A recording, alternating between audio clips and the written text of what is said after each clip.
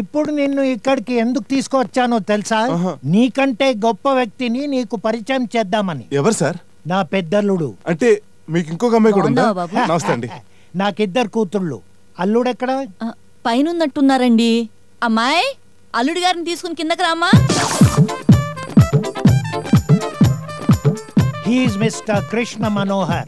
మా పెద్దమ్మాయి హేమ, అల్లుడు బుచ్చిబాబు. హలో. హలో, మిమ్మల్ని ఎక్కడో చూసినట్టుందే. అవును, రాజమండ్రిలో ఆ రోజు రాత్రి.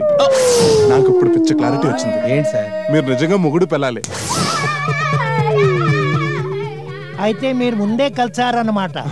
నా కూతురు హేమ ఒక ఐఏఎస్ నో ఐపీఎస్ నో నాకు భర్తగా తీసుకురామని అడగలేదయ్యా.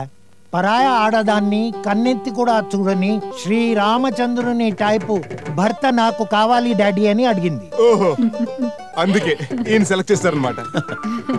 అదేంటోనండి, పరాయ ఆడదాంతో నా భర్తను ఊహించుకుంటేనే ఈయనైనా చంపేయాలనిపిస్తుంది, లేదా దాన్నైనా చంపేయాలనిపిస్తుంది. అవసరం రాకుండానే దీని అదృష్టం ఈయన దొరికాడు. అలాగా?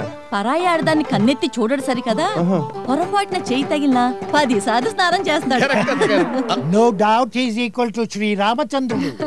అందుకే అల్లుడు, నీకు తగ్గకుండా ఉండేలా నా రెండో అల్లుడిని సెలెక్ట్ చేయాలనుకున్నాను. ఇదిగో ఇతన్ని సెలెక్ట్ చేశాను. నువ్వు నా మాట కాదనవనే నమ్మకంతో. ఇంటర్లుడు కాబోయే అల్లుడిని ఇంటర్వ్యూ చేస్తాడు. వెళదాం పదండి. నేను మాత్రం ప్రత్యేకంగా ఇంటర్వ్యూ ఏం చేస్తానులే మావయ్య. నేను ఆగనియా, నువ్వు శ్రీరామచంద్రుడువా? అంటే ఎవరి అభిప్రాయం వాళ్ళ తమ్ముడు. అవును, అప్పుడు నువ్వు అదోలా ఉండేవాడివి, ఇప్పుడు గ్లామరస్ గా క్యూట్ గా తయారయ్యావే. గెటప్ సెటప్ మార్చినా గుర్తుపెట్టావుగా? అప్పుడు క్లారిటీ వచ్చింది అనుకున్నాను. ఇప్పుడు వచ్చింది క్లారిటీ. ఇంట్లో రామయ్య, వీధిలో కృష్ణయ్య. ఆ విషయం మర్చిపో, ఎంతైనా కాబోయే తోడేళ్ళం కదా. ఆ విషయం నీకు తెలుసు, నాకు తెలుసు, కానీ డ్రెస్ కేం తెలుసు? అంటే ఏదో ఎక్స్పెక్ట్ చేస్తుంది కదా. డ్రెస్ ఎక్స్పెక్ట్ చేస్తుంది కదా.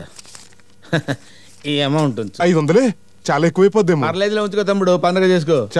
ఇలాంటిదో నోట్ల కట్ట కావాలి. నోట్ల కట్ట అంటే 50,000? మరి డ్రెస్? అవును, ఈ డ్రెస్ ఎక్స్పెక్ట్ చేస్తుంది. తమ్ముడు, ఇంత సడన్ గా అంటే నా దగ్గర డబ్బులు లేవు. ఒక 1 వీక్ టైం అడ్జస్ట్ చేస్తానే. ఓకే. ఏంటి ఏదో సీక్రెట్ మాట్లాడుకుంటున్నా? ఏం లేదమ్మా, నీ పెళ్లికి AR Rahman music program arrange చేస్తున్నాం అనమాట. ఆ పనిలో ఉండు. పెళ్లి సంగతి తర్వాత, పెళ్లికి ముందు జరగాల్సిన ముచ్చట గురించి ఆలోచించు.